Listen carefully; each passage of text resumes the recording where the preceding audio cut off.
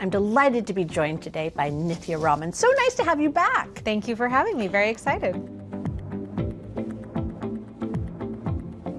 You are chair of the City Council Housing and Homelessness Committee. What does that mean, and where are we in that whole situation? So I became the chair at the beginning of this year, really. The Housing Committee and the Homelessness and Poverty Committee used to be separate. But to me, housing and homelessness are two sides of the same coin, and we have to be able to consider them together. So I asked the council president to combine them and to put me at the leadership of that committee.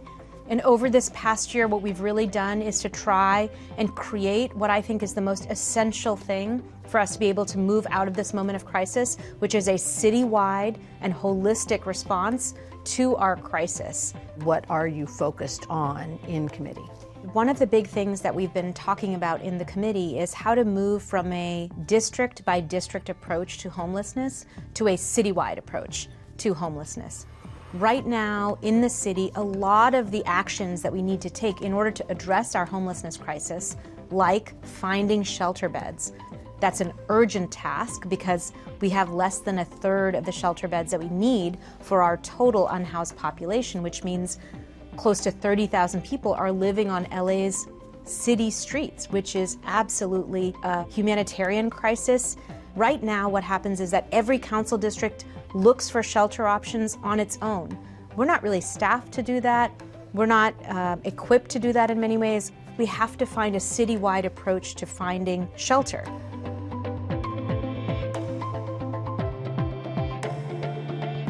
I think when you're talking about centralizing something like the response to homelessness, that does mean that you're taking power away from individual council members. And so we have to create a system that really delivers on outcomes in order for council members to trust that they can cede a little bit of power and still see results in their own neighborhoods, that they're able to see encampments resolved, that they're able to see people get into housing. Currently, the system is not delivering on that.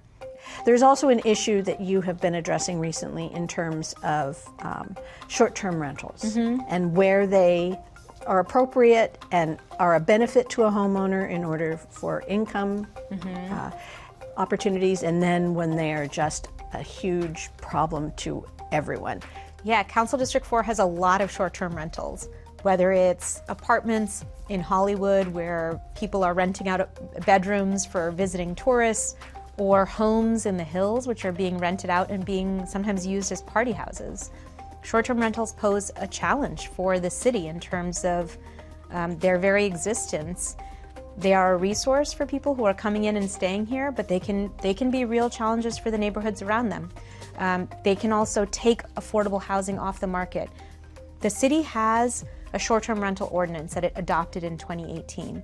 What we've found, both anecdotally and in the experience of many of our constituents and through data, is that that ordinance is simply not being enforced in the way that it should be.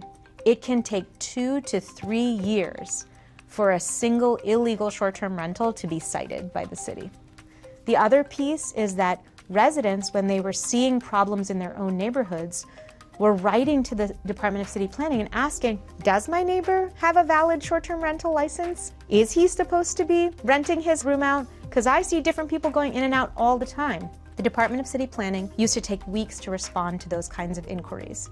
Finally, thanks to our work, we have a publicly available short-term rental database where you can put in an address.